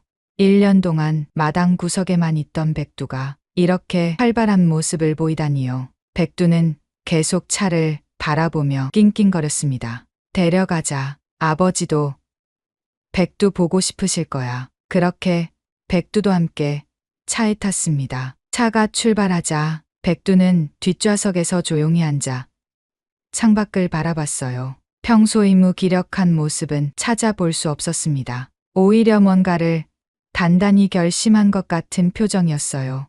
산으로 가는 길은 구불구불했습니다. 민재는 운전하면서 계속 백미러로 백두를 봤어요. 산에 가까워질수록 백두의 호흡이 거칠어지는 게 보였습니다. 백두가 불안해하는 것 같아 서연이 걱정스럽게 말했어요. 아니야, 불안한 게 아니라. 민재는 말을 멈췄습니다. 백두의 눈빛이 너무나 결연했거든요. 마치 오늘 반드시 해야 할 일이 있다는 것처럼요. 산소에 도착했을 때 3월의 찬바람이 불어왔습니다. 주차를 하고 내리자마자 백두가 먼저 뛰어내렸어요. 그리고는 한 방향으로 빠르게 걸어가기 시작했습니다. 마치 길을 알고 있는 것처럼 앞서갔습니다. 아버지의 무덤이 보이자 민재의 가슴이 쿵 내려앉았습니다. 1년 만에 다시 보는 아버지의 무덤. 잔디는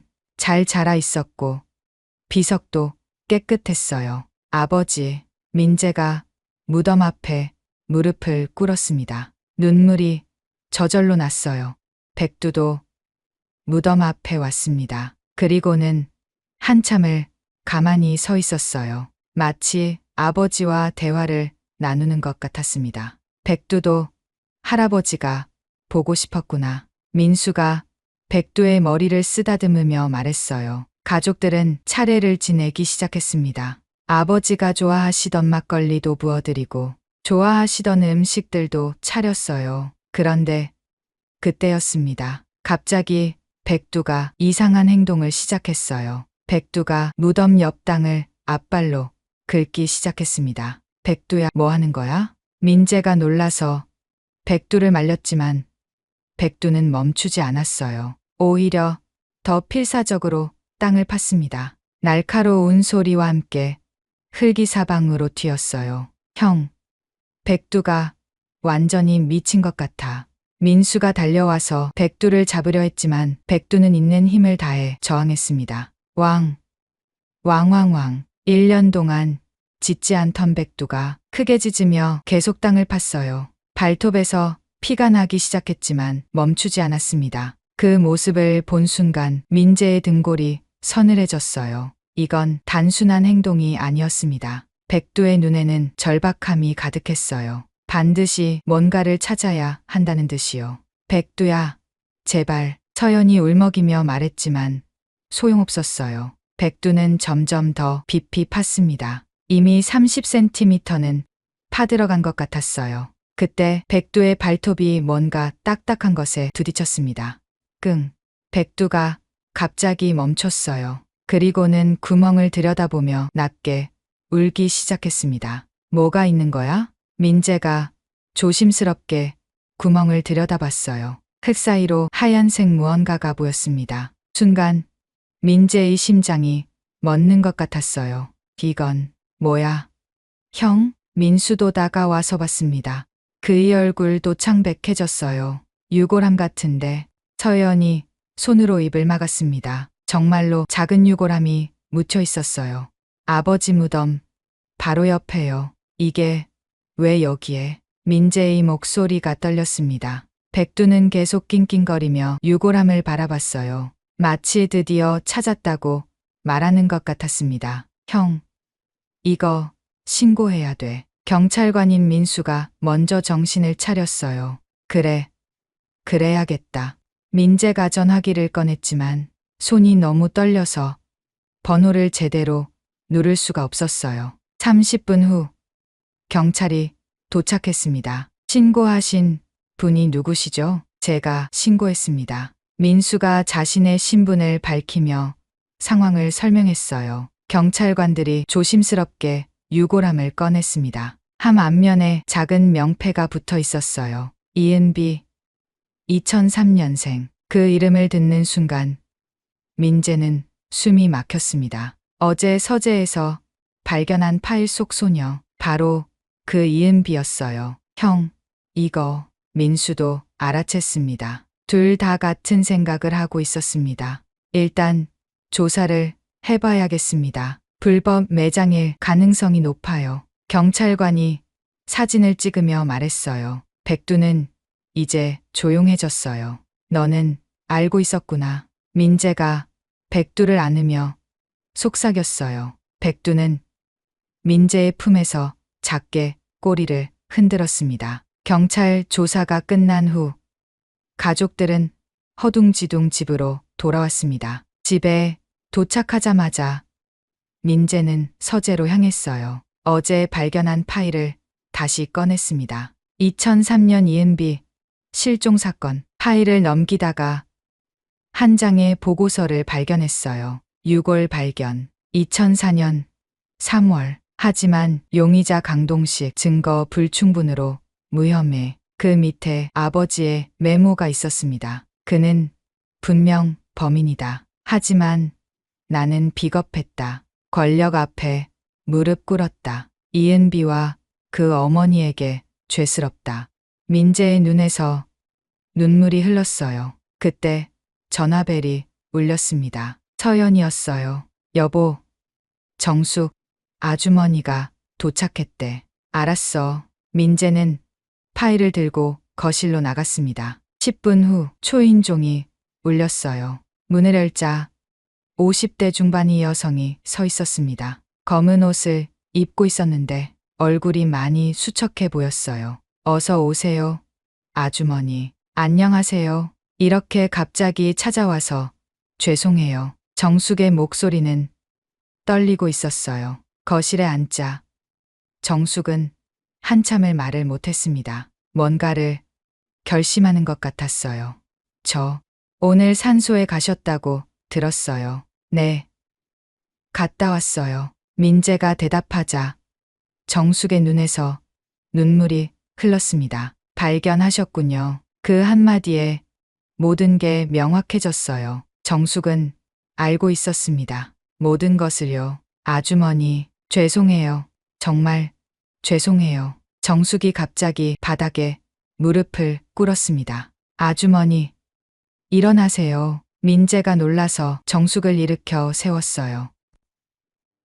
저 때문에, 다 저 때문이에요. 정숙의 울음소리가 집안에 울려 퍼졌습니다. 민재는 파일을 정숙 앞에 놓았어요. 이은비, 아주머니, 딸이죠?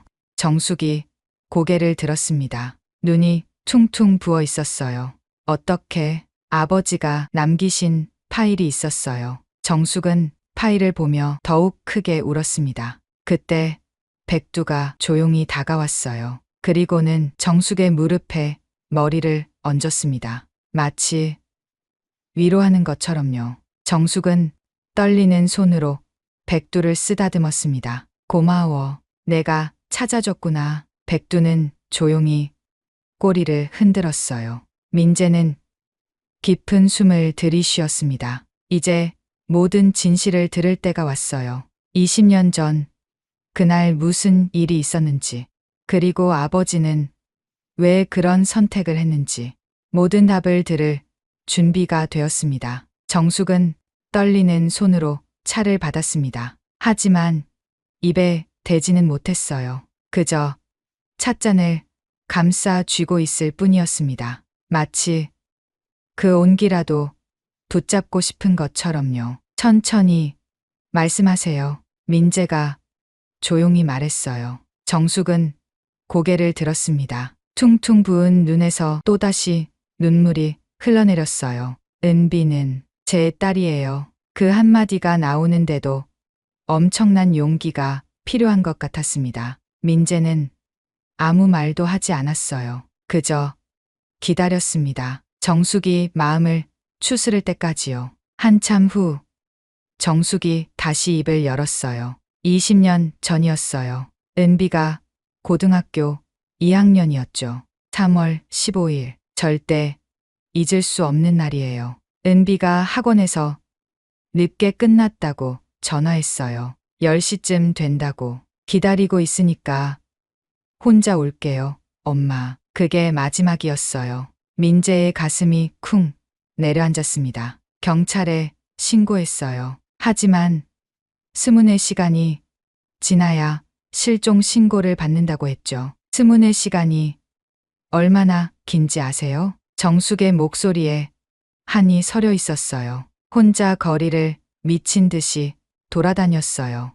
은비가 다니던 길, 좋아하던 장소, 친구들 집까지. 하지만 정숙이 말을 멈췄습니다. 숨이 막히는 것 같았어요. 3개월 후였어요. 정숙의 목소리가 갑자기 낮아졌어요. 산에서 시신으로 발견됐어요. 민재는 주먹을 꽉 쥐었습니다. 파일에서 봤던 내용이었지만 당사자의 입에서 직접 듣는 건 완전히 달랐어요. 경찰은 처음에는 열심히 수사했어요. 목격자도 있었고요. 은비가 마지막으로 목격된 곳 근처에 검은 외제차가 있었다고. 그 차가 강동식의 차였어요. 그 이름이 나오자 방 안의 공기가 얼어붙은 것 같았습니다. 하지만 증거가 부족하다고 했어요. 목격자 진술만으로는 안 된다고. 그리고 정숙의 눈에 분노가 스쳤어요. 목격자가 갑자기 진술을 번복했어요. 차를 잘못 봤다고. 민재는 알 수 있었어요. 돈과 권력이 진실을 덮었다는 것을요. 그때 사건을 맡은 검사가 바로 아버님이었어요. 정숙이 민재를 바라봤습니다. 머릿속이 하얘졌습니다. 처음엔 정말 열심히 하셨어요. 밤낮 없이 증거를 찾으려고 애쓰셨죠. 저한테도 희망을 주셨어요. 반드시 범인을 잡겠다고. 정숙의 목소리에 슬픔이 묻어났어요. 하지만 어느 날부터 달라지셨어요. 피하시더라고요. 전화도 안 받으시고. 민재는 아버지의 일기가 떠올랐습니다. 나중에 알았어요. 위에서 압력이 들어왔다는 걸. 강동식 집안이 얼마나 힘이 센지 아시죠? 민재는 고개를 끄덕였어요. 강동식은 지금도 정재계에 막강한 영향력을 가진 인물이었으니까요. 결국 사건은 미제로 남았어요. 아니, 묻혔다고 해야 맞겠죠. 저는 미쳐버릴 것 같았어요. 딸은 죽었는데 범인은 떳하게 살아가고 있으니까요. 백두가 정숙에게 더 가까이 다가갔어요. 따뜻한 체온을 나누려는 것처럼요. 그렇게 20년이 흘렀어요. 저는 간병인 일을 하며 하루하루 버텼죠. 그런데 정숙이 잠시 말을 멈췄어요. 작년에 아버님이 저를 찾아오셨어요. 민재가 몸을 앞으로 기울였습니다. 말기 암이라고 하셨어요. 시한부 인생이라고. 그리고는 정숙의 눈에서 또 눈물이 흘렀어요.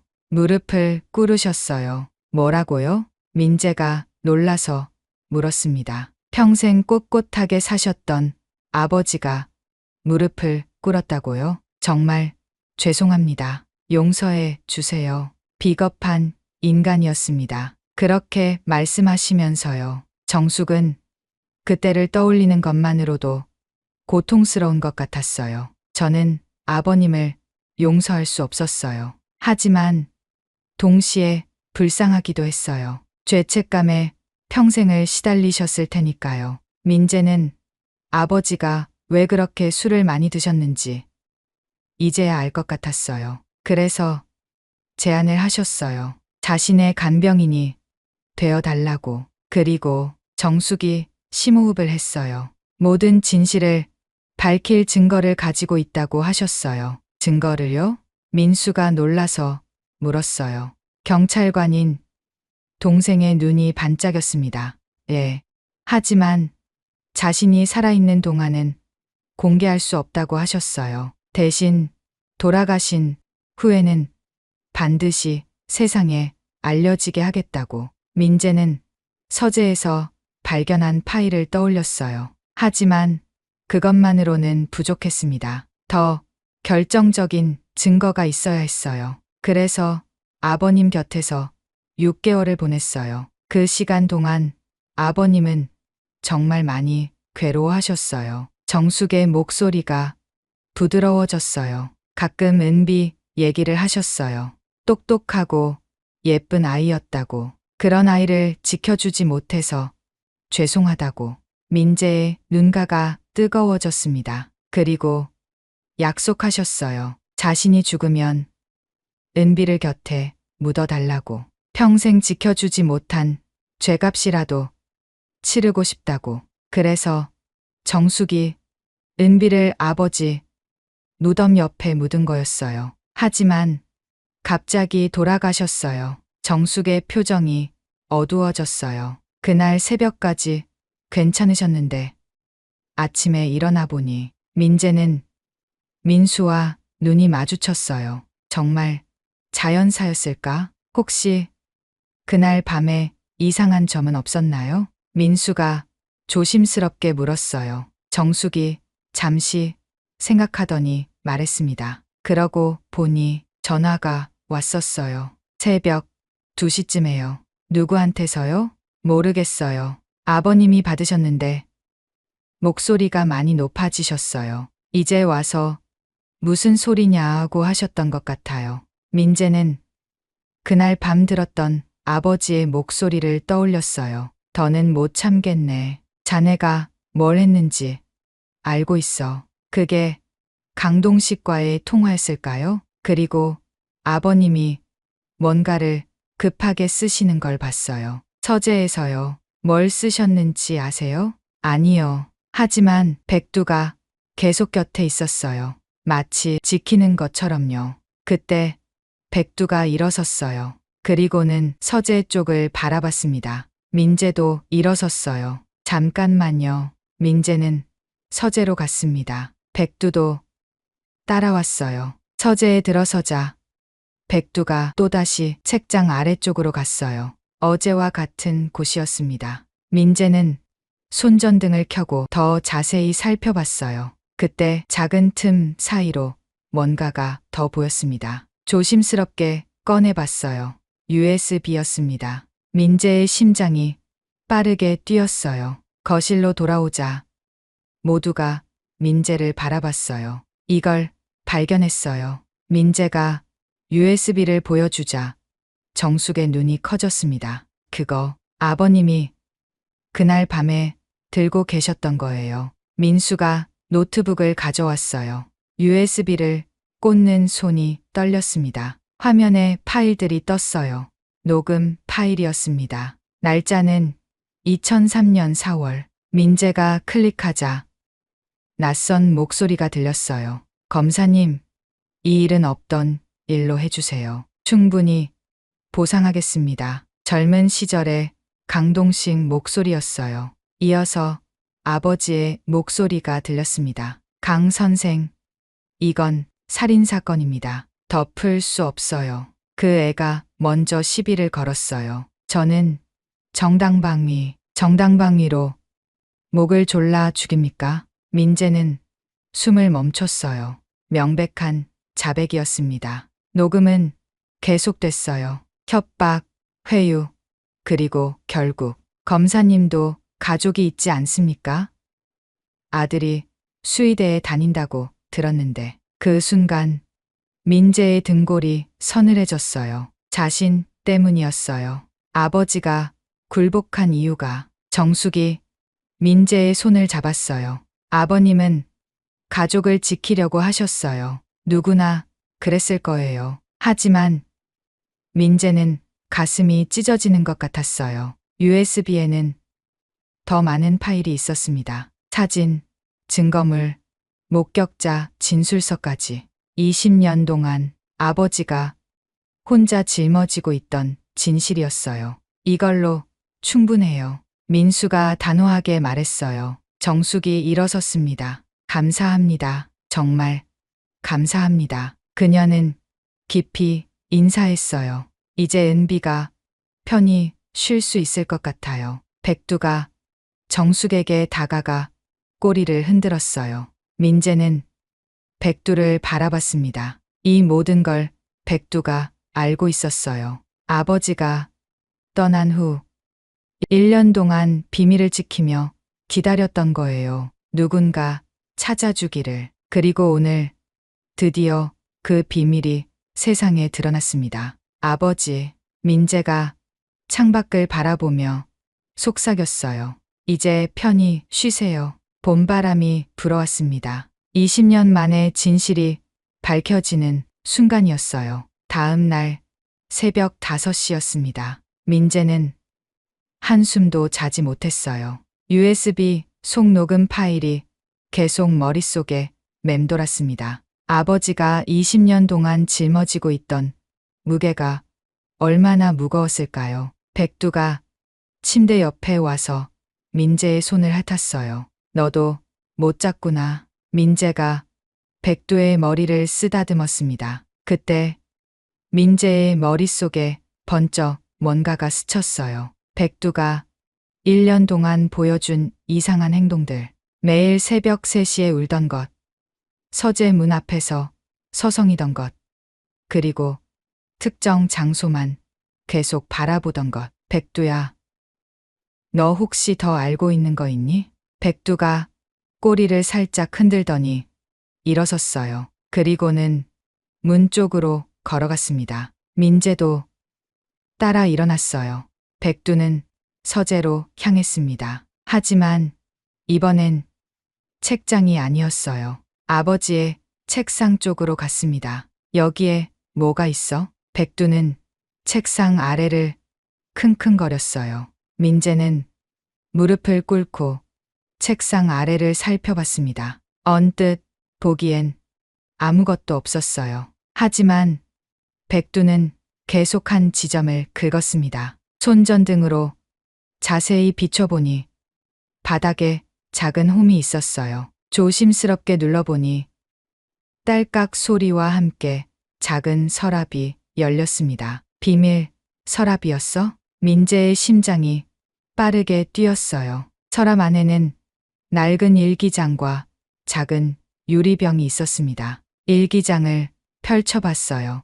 아버지의 글씨였습니다. 2024년 3월 10일. 오늘도 강동식에게서 전화가 왔다. 이제 그만하라고. 20년이면 충분하지 않냐고. 하지만 나는 멈출 수 없다. 은비와 정숙 씨에게 진실을 돌려줘야 한다. 민재는 계속 읽었어요. 3월 12일. 이상한 느낌이 든다. 누군가 나를 감시하는 것 같다. 강동식이 뭔가를 꾸미고 있는 것 같다. 백두가 요즘 더 예민해진 것도 그 때문인가. 그 다음 장이 마지막이었어요. 3월 13일. 오늘 밤 강동식이 온다고 했다. 마지막 기회를 주겠다고. 하지만 나는 이미 결심했다.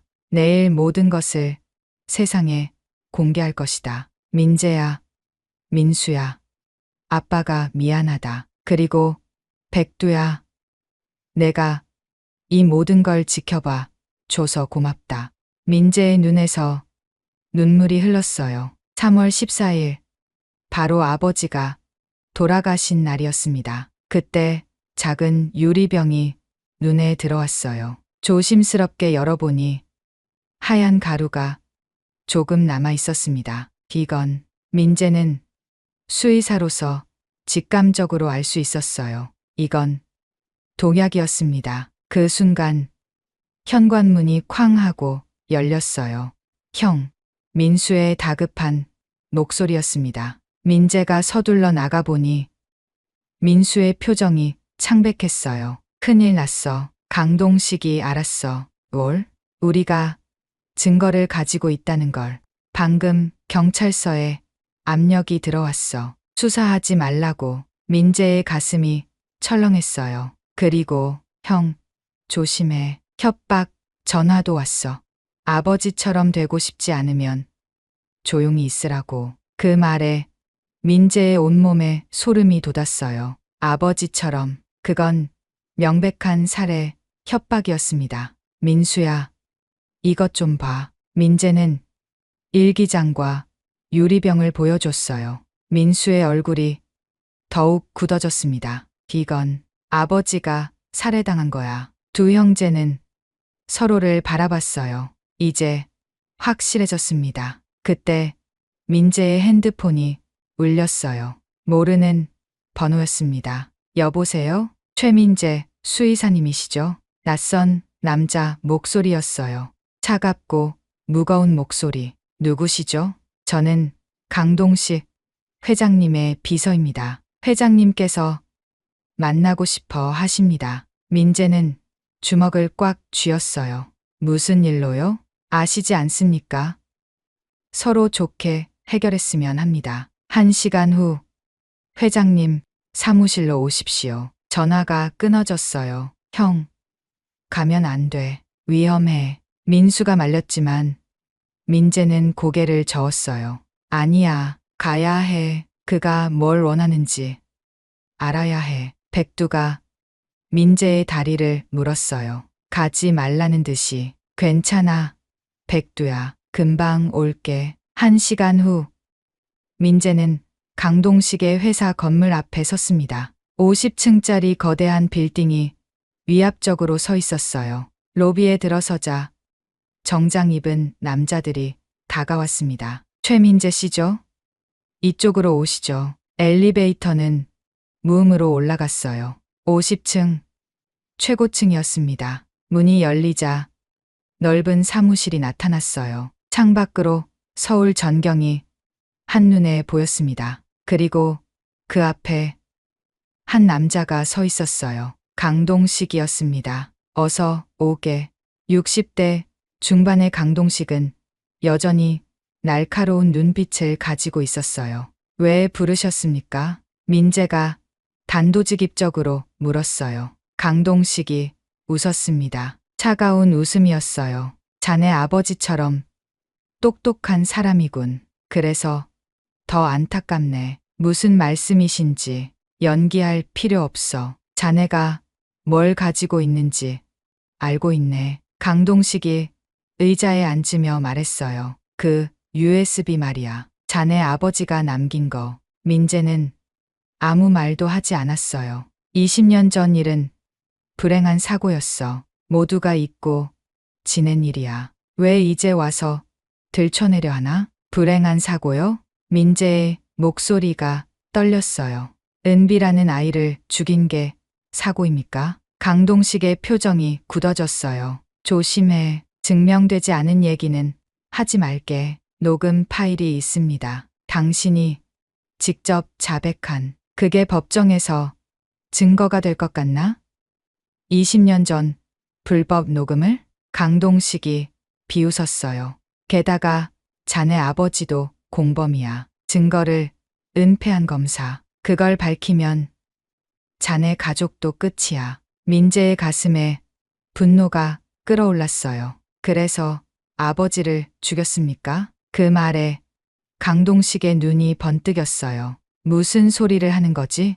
아버지가 자연사한 게 아니란 걸 알고 있습니다. 민재는 유리병 사진을 꺼냈어요. 이 독약 당신이 준 거죠? 강동식이 일어섰어요. 거대한 체구가 위협적이었습니다. 증거는 찾을 겁니다. 반드시. 허허. 자네 아버지보다 용감하군. 강동식이 창가로 걸어갔어요. 좋아. 거래를 하지. 그 USB와 모든 자료를 넘겨. 그럼 자네의 가족은 안전할 거야. 거절합니다. 그래? 그럼 자네도 아버지 곁으로 가게 될 거야. 노골적인 협박이었어요. 자네 아내가 약사라고 했나? 예쁜 사람이던데. 그리고 동생은 경찰? 다들 조심해야 할 거야. 민재의 주먹에 핏줄이 섰어요. 그때 민재의 핸드폰이 울렸습니다. 민수였어요. 형, 백두가 또 뭔가를 찾았어. 빨리 와. 강동식의 표정이 변했어요. 그 개, 아직도 살아있나? 그 말에 민재는 소름이 돋았어요. 강동식이 백두를 알고 있다고? 가, 봐야겠습니다. 민재가 돌아서려는 순간 강동식이 말했어요. 후회할 거야. 자네 아버지처럼. 민재는 뒤도 돌아보지 않고 나왔어요. 집으로 돌아오는 내내 손이 떨렸습니다. 강동식의 위협, 그리고 백두를 알고 있다는 사실, 모든 게 연결되어 있었어요. 집에 도착하자 민수가 서재에서 기다리고 있었어요. 형, 이것 봐. 민수가 보여준 건 작은 캠코더였습니다. 백두가 책상 서랍 깊은 곳에서 찾아냈어. 민재가 캠코더를 켰어요. 화면이 켜지자 아버지의 얼굴이 나타났습니다. 날짜는 2024년 3월 13일 밤 11시. 돌아가시기 불과 몇 시간 전이었어요. 민재야, 민수야, 이 영상을 보고 있다면 아빠는 이미 없겠지.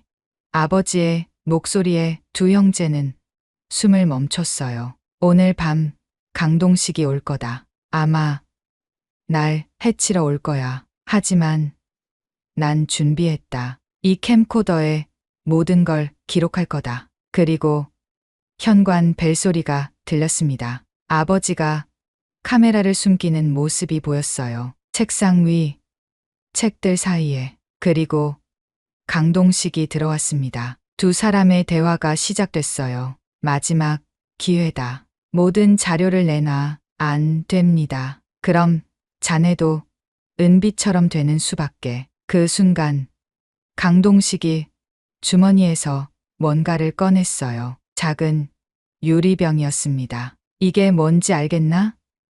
심장마비로 보이게 하는 약이야. 고통 없이 갈 수 있어. 아버지가 뒤로 물러섰어요. 20년 동안 잘 살았잖아. 이제 그만해. 화면에서 신랑이 하는 소리가 들렸어요. 그리고 쿵, 무언가 쓰러지는 소리. 그 후로는 검은 화면만 남았습니다. 민재와 민수는 할 말을 잃었어요. 명백한 살인의 증거였습니다. 형, 이걸로 이제 끝낼 수 있어. 민재가 캠코더를 꼭 쥐었어요. 백두가 다가와 민재의 손을 핥았습니다. 1년 동안 백두는 이 모든 비밀을 알고 있었어요. 그리고 때가 올 때까지 지켜왔던 거예요. 고마워, 백두야. 민재는 백두를 꼭 안았어요. 캠코더를 든 민재의 손이 떨렸습니다. 민수야, 이걸 가지고 바로 경찰서로 가자. 하지만 민수는 고개를 저었어요. 형, 강동식은 이미 경찰에도 손을 뻗쳤어. 일반 경찰서로는 안 돼. 그럼? 검찰청으로 바로 가야 해. 특수부 검사한테. 그날 밤 형제는 서울중앙지검으로 향했습니다. 백두도 함께였어요. 마치 끝까지 지켜보겠다는 듯이요. 특수부 김현준 검사는 젊고 정의로운 사람이었습니다. 영상을 본 그의 얼굴이 점점 굳어졌어요. 이건 명백한 살인입니다. 김 검사가 일어섰어요. 20년 전 사건 파일도 다시 검토하겠습니다. 공소시효는 이미 폐지됐으니까요. 민재는 가슴이 뛰었어요. 드디어 시작이었습니다. 다음 날 새벽 6시. 강동식의 집에 검찰과 경찰이 들이닥쳤어요. 강동식 씨 살인 혐의로 긴급 체포합니다. 언론은 발칵 뒤집혔습니다. 재벌 회장 강동식 20년 전 여고생 살인 및 전직검사 살해 혐의로 체포. 진돗개가 밝혀낸 진실. 1년간 증거 지켜. 민재는 뉴스를 보며 눈물을 흘렸어요. 아버지, 이제야 끝났어요. 백두가 민재의 곁에 조용히 앉았습니다. 그 눈빛이 말하고 있었어요. 수고했어요. 이제 다 끝났어요. 일주일 후 은비의 공식적인 장례식이 열렸습니다. 20년 만이었어요. 작은 장례식장이었지만 많은 사람이 왔습니다. 은비의 고등학교 친구들, 선생님들, 그리고 언론에서 소식을 듣고 온 시민들까지. 정숙은 검은 한복을 입고 영정 앞에 서 있었어요. 은비야, 엄마가 늦었구나. 미안해. 그녀의 목소리는 떨렸지만 이상하게도 평온했습니다. 민재 가족도 모두 참석했어요. 은비야, 이제 할아버지 곁에서 편히 쉬어. 민재가 영정 앞에 꽃을 놓으며 말했어요. 백두도 함께 있었습니다. 장례식장에 개가 들어오는 건 이례적이었지만 모두가 이해했어요. 백두가 없었다면 이 모든 진실은 영원히 묻혔을 테니까요. 백두는 영정 앞에서 고개를 숙였어요. 마치 인사하는 것처럼요. 장례가 끝난 후 은비는 아버지 곁에 정식으로 안장됐습니다. 이번엔 제대로 된 비석과 함께요. 강동식의 재판은 빠르게 진행됐어요. 캠코더 영상은 결정적 증거였고 20년 전 USB 녹음 파일도 정황 증거로 채택됐습니다. 피고인 강동식에게 무기징역을 선고합니다. 재판장의 선고가 떨어지는 순간 법정에는 흐느낌이 터져 나왔어요. 정숙은 주저앉아 울었습니다. 20년의 한이 풀리는 순간이었어요. 민재도 눈물을 참을 수 없었습니다. 재판이 끝난 후 뜻밖의 일이 일어났어요. 아버지의 후배 검사들이 찾아왔습니다. 선배님은 비록 그때는 굴복했지만 끝까지 증거를 지키셨습니다. 진정한 검사였어요. 그들은 아버지의 명예 회복을 위해 움직이기 시작했어요. 몇 달 후 아버지는 공식적으로 명예가 회복됐습니다. 정의를 위해 목숨을 바친 검사로요. 그리고 민재에게도 변화가 찾아왔어요. 백두와 함께 사건을 해결한 이야기가 알려지면서 특별한 의뢰들이 들어오기 시작했습니다. 선생님, 우리 개가 이상해요. 자꾸 집 안 어딘가를 파려고 해요. 저희 고양이가 갑자기 특정 사람만 보면 숨어요. 민재는 깨달았어요. 동물들은 인간이 모르는 많은 것을 알고 있다는 것을요. 아주머니, 저희랑 함께 사세요. 진짜 가족처럼요. 정말 괜찮을까요? 당연하죠. 아버지도 그걸 원하셨을 거예요. 정숙은 작은 아파트를 얻어 근처에 살게 됐어요. 매일 들러 백두와 산책하고 주말엔 함께 식사했습니다. 백두는 완전히 회복됐어요. 예전의 건강하고 활발한 모습으로 돌아왔습니다. 2년 후 봄, 다시 성묘의 계절이 왔어요. 이번엔 정말 온 가족이 함께였습니다. 산소는 예전과 달라 보였어요. 아버지 무덤 옆에 은비의 무덤이 나란히 있었고 주변엔 아름다운 꽃들이 피어 있었습니다. 할아버지, 은비야, 우리 왔어요. 정숙이 미소 지으며 말했어요. 은비도 이제 외롭지 않을 거예요. 백두가 하늘을 보고 짧게 짖었습니다.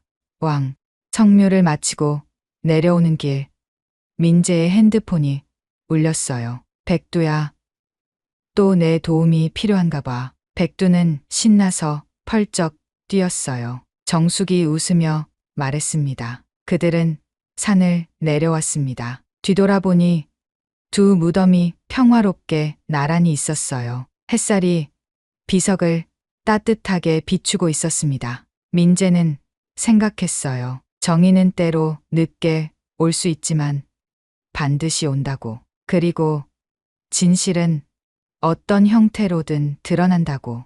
따뜻한 봄날이었어요.